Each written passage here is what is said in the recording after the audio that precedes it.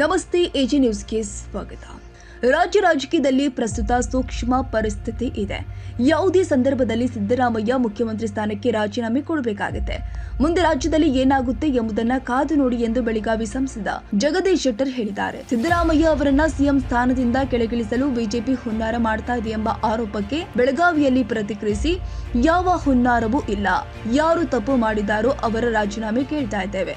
ತಪ್ಪು ಮಾಡಿಲ್ಲ ಅಂದ್ರೆ ಅವರು ಹೆದರೋ ಕಾರಣವೂ ಇಲ್ಲ, ಅಧಿಕಾರದಿಂದ ಇಳಿಸುವ ಪ್ರಶ್ನೆಯೂ ಇಲ್ಲ ಎಂದರು. ಯಡಿಯೂರಪ್ಪ ಪ್ರಕರಣದಂತೆ ಸಿದ್ದರಾಮಯ್ಯ ಪ್ರಕರಣ ತಾಳೆ ಹಾಕ್ತಿದ್ದಾರೆ ಎಂಬ ಪ್ರಶ್ನೆಗೆ ಉತ್ತರಿಸಿ, ಅವತ್ತಿನ ಪ್ರಕರಣ ಬೇರೆ, ಎರಡು ಪ್ರಕರಣವನ್ನ ತಾಳೆ ಹಾಕಲು ಬರುವುದಿಲ್ಲ. ಈ ಪ್ರಕರಣದ ಬಗ್ಗೆ ಕಾನೂನು ತಜ್ಞರು ತಮ್ಮ ಅಭಿಪ್ರಾಯ ಹೇಳ್ತಿದ್ದಾರೆ. ನನ್ನ ಪ್ರಕಾರ ಪ್ರಕರಣದಲ್ಲಿ ಮುಖ್ಯಮಂತ್ರಿ ಸಿದ್ದರಾಮಯ್ಯ ತಪ್ಪು ಇರೋದು ಎದ್ದು ಕಾಣುತ್ತೆ ಎಂದರು. ರಾಜ್ಯಪಾಲರಿಗೆ ಖಾಸಗಿ ದೂರು ಬಂದಿದೆ. ಆ ಆಧಾರದ ಮೇಲೆ ನೋಟಿಸ್ ಕೊಟ್ಟಿದ್ದಾರೆ. ಮೂಡಾ ಹಗರಣ ಕುರಿತು ಕ್ಯಾಬಿನೆಟ್ನಲ್ಲಿ ಚರ್ಚೆ ಕೂಡ ಆಗಿದೆ. ಆ ಹಗರಣದಲ್ಲಿ ಮುಖ್ಯಮಂತ್ರಿ ಭಾಗಿಯಾಗಿರೋದು ಕಂಡು ಬರುತ್ತೆ. ಈ ಹಗರಣದಲ್ಲಿ ರಾಜ್ಯಪಾಲರು ಯಾವ ಕ್ರಮ ಕೈಗೊಳ್ತಾರೋ ಕಾದು ನೋಡಬೇಕಾಗಿದೆ. ಹಣಕಾಸು ಇಲಾಖೆ ಮತ್ತು ಮುಖ್ಯಮಂತ್ರಿಯವರ ಪತ್ನಿ ಭಾಗಿಯಾಗಿರೋದು ನೇರವಾಗಿ ಕಂಡು ಬರುತ್ತೆ. ಪ್ರೈಮಾ ಫೇಸಿ ಕೇಸ್ ಮೂಲಕ ಸಿಬಿಐ ತನಿಖೆ ಮಾಡಲಿ ಅಂತ ಬಿಜೆಪಿ ಒತ್ತಾಯಿಸುತ್ತೆ ಎಂದರು. ನಾನು 30 ವರ್ಷಗಳಿಂದ ವಿಧಾನಸಭೆಯಲ್ಲಿ ಕೆಲಸ ಮಾಡಿದ್ದೇನೆ. ಸದನದಲ್ಲಿ ಹಗರಣವನ್ನ ಮುಖ್ಯಮಂತ್ರಿಗಳು ಎದುರಿಸಲು ಆಗಲಿಲ್ಲ. ಸ್ಪೀಕರ್ ಮೂಲಕ ರಿಜೆಕ್ಟ್ ಮಾಡುವ ಕೆಲಸ ಮಾಡಿದ್ದಾರೆ. ಅಸೆಂಬ್ಲಿಯಲ್ಲಿ ಕೊಡಬೇಕಾದ ಉತ್ತರವನ್ನ ಪತ್ರಿಕಾಗೋಷ್ಠಿ ಮೂಲಕ ಕೊಟ್ಟಿದ್ದಾರೆ. 1 ಪೇಜ್ ಜಾಹೀರಾತು ಮೂಲಕ ಮುಖ್ಯಮಂತ್ರಿಗಳು ಭಾಗಿಯಾಗಿರೋದು ಸಾಬೀತಾಗಿದೆ. ಮುಖ್ಯಮಂತ್ರಿ ರಾಜೀನಾಮೆಗೆ ಹಾಗೂ ಸಿಬಿಐ ತನಿಖೆಗೆ ಒತ್ತಾಯಿಸಿ ಬಿಜೆಪಿ ಪ್ರತಿಭಟನೆ ಮಾಡ್ತಾ ಇದೆ ಎಂದರು. ರಾಜಭವನದ ದುರ್ಬಳಕೆ ಆರೋಪದ ಕುರಿತು ಮಾತನಾಡಿ, ಮೂಡಾ ಹಗರಣದಲ್ಲಿ ಮುಖ್ಯಮಂತ್ರಿಗಳಿಂದ ಅಧಿಕಾರ ದುರ್ಬಳಕೆ ಆಗಿದ್ಯೋ ಇಲ್ವೋ ಎಂದು ಪ್ರಶ್ನಿಸಿದ ಜಗದೀಶ್ ಶೆಟ್ಟರ್, ಯಾವ ಭೂಮಿ ಸ್ವಾಧೀನಪಡಿಸಿಕೊಂಡಿರ್ತಾರೋ ಅದರಲ್ಲಿ 50 ಸೈಟ್ ಕೊಡೋದು ಕಾನೂನುಬದ್ಧ. 3 ಎಕರೆ ಜಮೀನಿನಲ್ಲಿ ಕೊಟ್ಟಿದ್ರೆ ಓಕೆ, ಅದನ್ನ ಯಾರು ಕೂಡ ಪ್ರಶ್ನೆ ಮಾಡ್ತಾ ಇರಲಿಲ್ಲ. ಆಗ ನೀವು ಡಿಸಿಎಂ ಇದ್ರೆ, ನಿಮ್ಮಿಂದ ಅಧಿಕಾರ ದುರ್ಬಳಕೆ ಆಗಿದೆ, ಹಾಗಾಗಿ ನಿಮ್ಮಿಂದ ಮುಂದಿನ ಕಾನೂನು ಕ್ರಮವನ್ನ ನಾವು ಎದುರಿಸಬೇಕಾಗುತ್ತೆ ಎಂದು ಟಾಂಗ್ ಕೊಟ್ಟಿದ್ದಾರೆ. ಬಿಜೆಪಿ ಪಾದಯಾತ್ರೆಯಲ್ಲಿ 2 ಗುಂಪು ಆಗಿರೋದ್ರ ಬಗ್ಗೆ ವರಿಷ್ಠರು ಮಾತನಾಡ್ತಾರೆ. ಪಕ್ಷದ ಒಳಗಿನ ಸಮಸ್ಯೆಗಳನ್ನ ಬಗೆಹರಿಸುವ ಕೆಲಸ ಅವರು ಮಾಡ್ತಾರೆ ಎಂದರು. ಸನ್ಮಾನ್ಯ ರಾಜ್ಯಪಾಲರು ಯಾರು ಒಂದು ಪ್ರೈವೇಟ್ ಕಂಪ್ಲೇಂಟ್ ಬಂದಿತ್ತು, ಅದರ ಆಧಾರದ ಮೇಲೆ ಅವ್ರಿಗೆ ನೋಟಿಸ್ ಕೊಟ್ಟಿದ್ದಾರೆ. ಪ್ರಾಸಿಕ್ಯೂಷನ್ ಮಾಡಬೇಕು ಬೇಡಬೇಕು, ಅದಕ್ಕೆ ನಿಮ್ದೇನು ಕ್ಲಿಯರಿಫಿಕೇಶನ್ ಅನ್ನೋ ಸಲುವಾಗಿ ಒಂದು ಪ್ರಾಸಿಕ್ಯೂಷನ್ಸ್ ಇದ್ರ ಬಗ್ಗೆ ನೋಟಿಸ್ ಕೊಟ್ಟಿದ್ದಾರೆ. ಅದಕ್ಕೆ ಅವರು ಉತ್ತರನ ಕೊಟ್ಟಿದ್ದಾರೆ, ನೀನು ಕ್ಯಾಬಿನೆಟ್ ಡಿಸಿಷನ್ ತಗೊಂಡಿದ್ದಾರೆ. ಇಲ್ಲಿ ಕಾನೂನಿನ ಸೂಕ್ಷ್ಮತೆಗಳು ಅಳಕ್ ಮಾಡಿದ್ದಾವೆ. ಏನಂದ್ರೆ ಭಾಳ ನಾ ಹಿಂದಿನ ಹಲವಾರು ವಿಚಾರದಲ್ಲಿ ಹೇಳಿದ್ದೀನಿ, ಮೂಡಾ ಹಗರಣದಲ್ಲಿ ಮುಖ್ಯಮಂತ್ರಿಗಳ ಇನ್ವಾಲ್ವ್ಮೆಂಟು ನೇರವಾಗಿದ್ದದ್ದು ಕಂಡು ಬರ್ತದೆ. ಯಾಕಂದರೆ ಇವತ್ತು 50% ಡೆವಲಪ್ಡ್ ಸೈಟ್ಸ್ಗಳನ್ನು ಹಿಂದೆ 10 ವರ್ಷ ಹಿಂದೆ ಡೆವಲಪ್ ಆದಂಥ ಸೈಟ್ಸ್ಗಳನ್ನು ತೆಗೆದುಕೊಂಡಿದ್ರು. ಅಲ್ಲಿ ರೂಲ್ಸ್ ಕಾನೂನಿನ ವಿರೋಧಿ ಇದ್ದಂಥದ್ದು. ಹೀಗಾಗಿ ಇಲ್ಲಿ ಪ್ರೈಮಾ ಫೇಸಿ ಕೇಸ್ ಇರುವಂಥದ್ದು ಸಿದ್ಧ ಆಗಿದೆ. ಆ ಹಿನ್ನೆಲೆಯಲ್ಲಿ ಇವತ್ತು ಮುಂದೆ ರಾಜ್ಯಪಾಲರು ಏನು ನಿರ್ಧಾರ ಕೈಗೊಳ್ತಾರೆ ಅದು ಅವ್ರು ಬಿಟ್ಟಂಥ ವಿಚಾರ.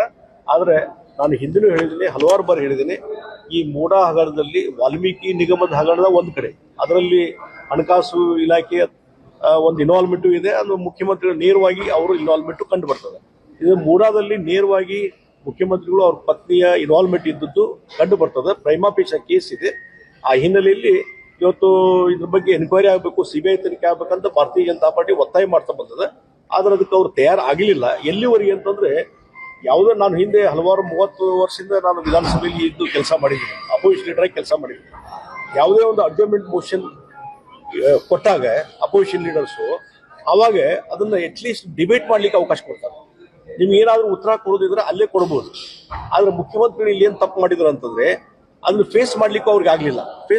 ಅದನ್ನ ಎಲ್ಲಿವರೆಗೆ ಅಂದ್ರೆ ಸ್ಪೀಕರ್ ಮುಖಾಂತರ ಅದನ್ನು ರಿಜೆಕ್ಟ್ ಮಾಡಿಸುವಂತ ಕೆಲಸ ಮುಖ್ಯಮಂತ್ರಿಗಳು ಮಾಡಿದ್ರು. ಇದರಿಂದ ಏನಾಯ್ತು, ಏನೋ ವಿಷಯಗಳನ್ನ ಮುಚ್ಚಿಡುವಂತ ಕೆಲಸ ಮುಖ್ಯಮಂತ್ರಿಗಳಿಂದ ಆಗಿದ್ದು. ಅದರ ನಂತರ ಅಡ್ಜರ್ನ್ಮೆಂಟ್ ಆದಮೇಲೆ ಬೆಳಗ್ಗೆದ್ದು ಪತ್ರಿಕಾಗೋಷ್ಠಿ ಕರೆದು ಎಲ್ಲಾ ಡೀಟೇಲ್ಸ್ ಅನ್ನು ಉತ್ತರ ಅಸೆಂಬ್ಲಿಯಲ್ಲಿ ಕೊಡುವ ಉತ್ತರ ಪತ್ರಿಕಾಗೋಷ್ಠಿ ಮುಖಾಂತರ ಕೊಡ್ತಾರೆ. ಮತ್ತು ಅದು ಉತ್ತರ ಪತ್ರಿಕೆಯವರು ಎಷ್ಟು ಬರೀಬೇಕು ಅದು ಬರೀಬೇಕು.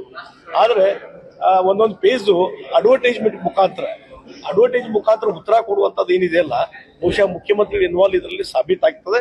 ಆ ಹಿನ್ನೆಲೆಯಲ್ಲಿ ಭಾರತೀಯ ಜನತಾ ಪಾರ್ಟಿ ರಾಜೀನಾಮೆಗೆ ಒತ್ತಾಯ ಮಾಡಿದೆ, ಸಿಬಿಐ ತನಿಖೆ ಒತ್ತಾಯ ಮಾಡಿದೆ. ಅದಕ್ಕೆ ಅವ್ರು ಬೆಂಡ್ ಆಗದೇ ಇರುವುದರಿಂದ ಈಗ ಪಾದಯಾತ್ರೆ ಮುಖಾಂತರ ಅವರು ಇವತ್ತು ಪ್ರತಿಭಟನೆ ಮಾಡುವಂತದ್ದು ಭಾರತೀಯ ಜನತಾ ಪಾರ್ಟಿ ಕೈಗೊಂಡಿದೆ. ಕುಮಾರಸ್ವಾಮಿ ಅವರು ನಿನ್ನೆ ಬೆಂಬಲ ಕೊಡಂಗಿಲ್ಲ ಅಂತ ಹೇಳಿದ್ರು. ಈಗ ಯಾಕೆ ಸರ್ ಒಮ್ಮಕ್ಲಿ ಬೆಂಬಲ ಕೊಟ್ಟಿದ್ದಾರೆ? ಹೈಕಮಾಂಡ್ ಅದ್ರ ಬಗ್ಗೆ ಕುಂತು ಡಿಸ್ಕಷನ್ ಮಾಡಿದ್ದಾರೆ.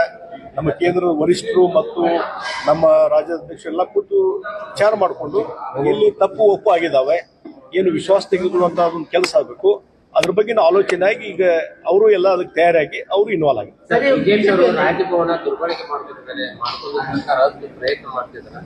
ನೋಡಿ, ಒಂದು ನಾನು ಹೇಳ್ತೀನಿ, ಇವತ್ತು ಮುಖ್ಯಮಂತ್ರಿಗಳ ಅಧಿಕಾರ ದುರ್ಬಳಕೆ ಅಂತ ಅಂತಿರೋ ಇಲ್ಲೋ, ಮೂಡಾದ ಹಗರಣದಲ್ಲಿ 50% ಎಲ್ಲಿ ಕೊಡ್ತಾರೆ? ಯಾವುದು ಲ್ಯಾಂಡ್ ಅನ್ನು ಅಕ್ವೈರ್ ಮಾಡ್ಕೊಂತಾರೆ, ಆ ಲ್ಯಾಂಡ್ ಅಲ್ಲೇ 50% ಕೊಡ್ಬೇಕಂತ ರೂಲ್ಸ್ ಇದೆ. ನಾ ಹಿಂದಿನ ಬೆಂಗಳೂರು ಪತ್ರಿಕಾಗೋಷ್ಠಿಯಲ್ಲಿ ಹೇಳಿದ್ದೇನೆ, 2009 ರೂಲ್ಸ್ ಪ್ರಕಾರ ಯಾವ ಲ್ಯಾಂಡ್ ಅನ್ನು ನೀವು ಅಕ್ವೈರ್ ಮಾಡ್ತೀರಿ ಅದರಲ್ಲಿ 50% ಕೊಟ್ಟರೆ ಇದು ಕಾನೂನುಬದ್ಧ. ಈ 3 ಎಕರೆ ಜಮೀನು ಹೋಗಿದೆ, ಆ 3 ಎಕರೆ ಜಮೀನದಲ್ಲಿ 50% ಕೊಟ್ಟಿದ್ರೆ ಓಕೆ, ಅದನ್ನ ಯಾರು ಕ್ವಶನ್ ಮಾಡ್ಲಿಕ್ಕೆ ಸಾಧ್ಯ ಇಲ್ಲ. ಇಲ್ಲಿ ಹಾಗಾದ್ರೆ ನೀವು ನಿಮ್ಮ ಅಧಿಕಾರ ದುರ್ಬಳಕೆ ಆಗಿದ್ದಿಲ್ಲ, ಅವಾಗ DCM ಇದ್ದಿಲ್ಲ. ಈ ಹಿನ್ನೆಲೆಯಲ್ಲಿ ಇವತ್ತು ಅದೆಲ್ಲ ಡಿಬೇಟೇಬಲ್ ಪಾಯಿಂಟ್. ಅದ್ರ ಬಗ್ಗೆ ಮುಂದಿನ ಕ್ರಮ ಏನ ಕಾನೂನು ಪ್ರಕಾರ ಅದನ್ನ ಎದುರಿಸಬೇಕಾಗುತ್ತೆ. ಕರ್ನಾಟಕದ ನಾಯಕರು ಮತ್ತು ದಕ್ಷಿಣ ಕರ್ನಾಟಕದ ನಾಯಕರಂತೆ ಡಿವೈಡ್ ಆಗ್ತಾ ಇದೆ. ಇದು ಯತ್ನಾಳ್ ಸಾಹೇಬರು ಮತ್ತು ಜಾರಕಿಹೊಳಿ ಅವರು ಬೇರೆ ಪಾದಯಾತ್ರೆಯನ್ನು ಮಾಡ್ತಾ ಇದ್ದಾರೆ. ಆ ಕಡೆ ಜನ ನೋಡ್ರಿ, ಅದ್ರ ಬಗ್ಗೆ ವರಿಷ್ಠ ಅವ್ರ ಜೊತೆ ಮಾತಾಡ್ತಾರೆ. ಪಾರ್ಟಿ ಒಳಗೆ ಏನು ಸಮಸ್ಯೆ ಅದ್ರ ಬಗೆಹರಿಸುವಂತ ಕೆಲಸ ನಮ್ಮ ವರಿಷ್ಠರು ಮಾಡ್ತಾರೆ. DK ಶಿವಕುಮಾರ್ ಅವರು ಹೇಳ್ತಾರೆ, ಸಿದ್ದರಾಮಯ್ಯ ಅವರು ಕೆಳಗಿಳಿಸುವ ಹುನ್ನಾರ ನಡೆಸ್ತಿದೆ ಬಿಜೆಪಿ ಅವರು ಸಿದ್ದರಾಮಯ್ಯ ಅವರು ಕೆಳಗಿಳಿಸುವ ಹುನ್ನಾರ ಮಾಡ್ತಿದ್ದಾರೆ. ಯಾರಂತಾರೆ? DK ಶಿವಕುಮಾರ್ ಅವರು ಹುನ್ನಾರ ಮಾಡ್ತಿದ್ರು. ನೋಡ್ರಿ, ಯಾವ ಹುನ್ನಾರ ನೋಡ್ರಿ, ಯಾರು ತಪ್ಪು ಮಾಡಿದ್ರೆ ಅವ್ರು ರಾಜೀನಾಮೆ ಕೇಳಾಗತ್ತೆ. ತಪ್ಪು ಮಾಡಿಲ್ಲ ಅಂದ್ರೆ ಅವ್ರು ಯಾವ್ದು ಹೆದರು ಕಾರಣನೇ ಇಲ್ಲ, ಇಳಿಸೋ ಪ್ರಶ್ನೆನೇ ಇಲ್ಲ. ಹಾಗಾದ್ರೆ ಸರ್ಕಾರ ಬೀಳ್ತದ ಸರ್? ನೋಡಿ, ನಾವೊಂದು ಹೇಳ್ತೀನಿ, ಇವತ್ತಿನ ಪರಿಸ್ಥಿತಿಯಲ್ಲಿ ಬಹಳ ಸೂಕ್ಷ್ಮ ಪರಿಸ್ಥಿತಿ ಇದೆ. ಯಾವುದೇ ಸಂದರ್ಭದಲ್ಲಿ ಮುಖ್ಯಮಂತ್ರಿ ರಾಜೀನಾಮೆ ಕೊಡ್ಬೇಕಾಗ್ತದೆ. ಆ ಹಿನ್ನೆಲೆಯಲ್ಲಿ ಏನ್ ಮುಂದೆ ಕಾನ್ಸಿಕ್ವೆನ್ಸ್ ಏನಾಗ್ತದೆ we have to see. Sir, Yatnal ಅವರು ಹೇಳ್ತಾರೆ ನಿಮ್ಮ ಪಾರ್ಟಿಯವರು DK ಶಿವಕುಮಾರ್ ಮೇಲೆ ಇವರು ಹೊಂದಾಣಿಕೆ ಮಾಡ್ಕೊಂಡಿದ್ದಾರೆ. ನಾನು ವೈಯಕ್ತಿಕ ಹೇಳಿಕೆಗಳ ಬಗ್ಗೆ ವೈಯಕ್ತಿಕವಾದಂತ ರಿಯಾಕ್ಷನ್ ಕೊಡಕ್ ಹೋಗುದಿಲ್ಲ. ಸರ್, ಈ ಪ್ರಕರಣವನ್ನ 2011 ಯಡಿಯೂರಪ್ಪ ಪ್ರಕರಣ ತಾನೇ ಹಾಕಿ ನೋಡ್ತಾ ಇದ್ದಾರೆ ಸರ್. ಇದನ್ನ ಯಾವ ರೀತಿ ನೋಡ್ತಾರೆ? ನೋಡ್ರಿ, ಅವತ್ತಿನ ಪ್ರಕರಣ ಒಂದಕ್ಕೊಂದು ಪ್ರಕರಣ ತಾಳೆ ಹಾಕುವಂತದಲ್ಲ. ಆ ಹಿನ್ನೆಲೆಯಲ್ಲಿ ಇವತ್ತಿನ ಏನಿದೆ ಕೇಸು, ಇವತ್ತು ಲೀಗಲ್ ಎಕ್ಸ್ಪರ್ಟ್ಸ್ ಇದ್ದಾರೆ, ಎಲ್ಲರೂ ಇದ್ದಾರೆ, ಅಭಿಪ್ರಾಯ ಕೊಡ್ತಾ ಇದ್ದಾರೆ. ಇವತ್ತಿನ ನನ್ನ ಪ್ರಕಾರ ಇದರಲ್ಲಿ ಪ್ರೈಮಾಪೇಶ ಮುಖ್ಯಮಂತ್ರಿಗಳು ತಪ್ಪಿರೋದು ಎದ್ದು ಕಾಣ್ತದೆ. ಸರ್, ಈ ಕ್ಯಾಂಟೋನ್ಮೆಂಟ್ ಅನ್ನ ಕಾರ್ಪೊರೇಷನ್ ನಾನು ಮಾನ್ಯ ರಾಜನಾಥ್ ಸಿಂಗ್ ಅವ್ರಿಗೂ ಭೇಟಿಯಾಗಿ ಎಲ್ಲ ಎಕ್ಸ್ಪ್ಲೇನ್ ಮಾಡಿ ಹೇಳಿದೆ. ಅವರಿಗೆ ಅದನ್ನ ಮನವರಿಕೆ ಮಾಡಿಕೊಟ್ಟೆ ಮತ್ತು DC ಅವರು ನನ್ನ ಕೂಡ ಚರ್ಚೆ ಮಾಡಿದ್ದಾರೆ. ಆ ಹಿನ್ನೆಲೆಯಲ್ಲಿ ಒಂದು ಜಾಯಿಂಟ್ ಸರ್ವೆ ನಡೀತಾ ಇದೆ. ಜಾಯಿಂಟ್ ಸರ್ವೆ ಆದ್ಮೇಲೆ ಒಂದು ಕನ್ಕ್ಲೂಷನ್ ಬರ್ಲಿಕ್ಕೆ ಸಾಧ್ಯತೆ. ಮತ್ತು ರಾಜನಾಥ್ ಸಿಂಗ್ ಅವರು ಎಲ್ಲಾ ವಿಚಾರಗಳನ್ನ ನಾನು ಪ್ರಸ್ತುತಪಡಿಸಿದಾಗ, ಎಲ್ಲ ಡೀಟೇಲ್ಸ್ ಕೊಟ್ಟಾಗ ಅವ್ರು ಕನ್ವಿನ್ಸ್ ಆಗಿದ್ದಾರೆ. ಅದಕ್ಕೆ ಅವ್ರ ಕಡೆಯಿಂದ ಏನೊಂದು ಡೈರೆಕ್ಷನ್ ಕೊಡ್ಬೇಕು, ಡೈರೆಕ್ಷನ್ ಕೊಡ್ತೇನೆ ಅಂತ ಹೇಳ್ತಾರೆ. ನೋಡ್ರಿ, ಬಂಗ್ಲೋದು ಅಂತಲ್ಲ, ರೆಸಿಡೆನ್ಸಿಯಲ್ ಏರಿಯಾ ಅದಲ್ಲ, ಅದನ್ನ ಅವರು ಕೊಡ್ಲೇಬೇಕಾಗ್ತದೆ. ಅದನ್ನ ಇಂಟರ್ಪ್ರಿಟೇಷನ್ ತಪ್ಪು ಮಾಡ್ತಾ ಇದಾರೆ. ಏನಾದ ಸಿವಿಲ್ ಏರಿಯಾಸ್ ಅಂತ ಏನಿದೆ ಅಲ್ಲ, ಆ ಡೆಫಿನೇಷನ್ ಇಂಟರ್ಪ್ರಿಟೇಷನ್ ಮಾಡೋದು ತಪ್ಪು ಮಾಡ್ತಾ ಇದ್ದಾರೆ.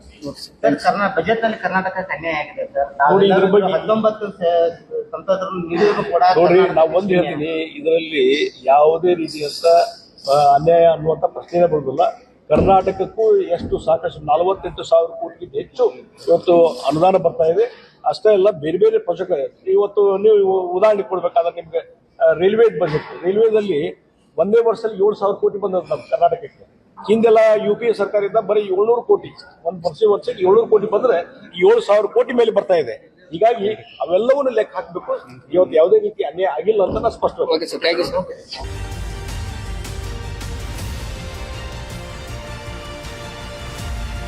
ನಮಸ್ಕಾರ ಸ್ನೇಹಿತರೆ, ನಾನು CM ಶಾಬಾಸ್ ಖಾನ್, ಯಂಗ್ಸ್ಟಾರ್ ಎಂಪವರ್ಮೆಂಟ್ ಪಾರ್ಟಿಯ ರಾಷ್ಟ್ರೀಯ ಅಧ್ಯಕ್ಷ. ಪೊಲೀಸ್ ಕಾನ್ಸ್ಟೇಬಲ್ ಅಂತರ ಜಿಲ್ಲಾ ವರ್ಗಾವಣೆ ಆಂದೋಲನಗೆ ನೀವು ಕೂಡ ಭಾಗಿಯಾಗಬೇಕು ಅಂತ ಹೇಳಿದರೆ ಯಂಗ್ಸ್ಟಾರ್ ಪಾರ್ಟಿ ಆ್ಯಪನ್ನು ಡೌನ್ಲೋಡ್ ಮಾಡಿಕೊಂಡು ಈ ಕೂಡಲೇ ನಿಮ್ಮ ವಾರ್ಡ್ಗಳಲ್ಲಿ, ನಿಮ್ಮ ಕಾನ್ಸ್ಟಿಟ್ಯುನ್ಸಿಯಲ್ಲಿ ಇದರ ಬಗ್ಗೆ ಮಾಹಿತಿ ಕೊಡೋದನ್ನು ಮುಖಾಂತರ, ಅದರ ಜೊತೆಗೆ ಈ proud to be a police ಅನ್ನೋ ಸ್ಟಿಕ್ಕರು ನಾವು ಎಲ್ಲ ಕಡೆ, ಎಲ್ಲ ಆಟೋಗಳ ಮೇಲೆ, ಆಮೇಲೆ ಪ್ರತಿಯೊಂದು ಮನೆ ಮೇಲೆ, ಪ್ರತಿಯೊಂದು ವಾಹನದ ಮೇಲೆ, ಪ್ರತಿಯೊಂದು ಅಂಗಡಿಗಳಿಗೆ ಅಂಟಿಸೋ ಮುಖಾಂತರ ನಾವು ಪೊಲೀಸ್ನವರ ಬೆಂಬಲಕ್ಕಿದ್ದೀವಿ ಅನ್ನೋಂಥ ತೋರಿಸುವಂಥ ಸಮಯ ಬಂದಿದೆ. ಇದಕ್ಕೆ ನೀವು ಕೂಡ ಮೆಂಬರ್ ಆಗಿ ಕೆಲಸ ಮಾಡಬೇಕು ಅಂತ ಹೇಳಿದರೆ ಈ ಕೂಡಲೇ ಯಂಗ್ಸ್ಟಾರ್ ಪಾರ್ಟಿ ಆ್ಯಪನ್ನು ಡೌನ್ಲೋಡ್ ಮಾಡಿಕೊಂಡು ನಮಗೆ ಟೆಕ್ಸ್ಟ್ ಮೆಸೇಜ್ ಮುಖಾಂತರ ನೀವು ನಮ್ಮನ್ನು ಸಂಪರ್ಕಿಸಬಹುದು. ಪೊಲೀಸ್ನವರೇ, ನಾವು ಕೂಡ ನಿಮ್ಮ ಜೊತೆಗಿದ್ದೀವಿ. ಜೈ ಹಿಂದ್, ಜೈ ಕರ್ನಾಟಕ. ತಾಜಾ ಸುದ್ದಿಗಾಗಿ AJ ನ್ಯೂಸ್ 24/7ಗೆ ಸಬ್ಸ್ಕ್ರೈಬ್ ಮಾಡಿ ಮತ್ತು ಬೆಲ್ ಐಕಾನ್ ಒತ್ತಿ ತಪ್ಪದೇ ಲಿಂಕ್ ಶೇರ್ ಮಾಡಿ.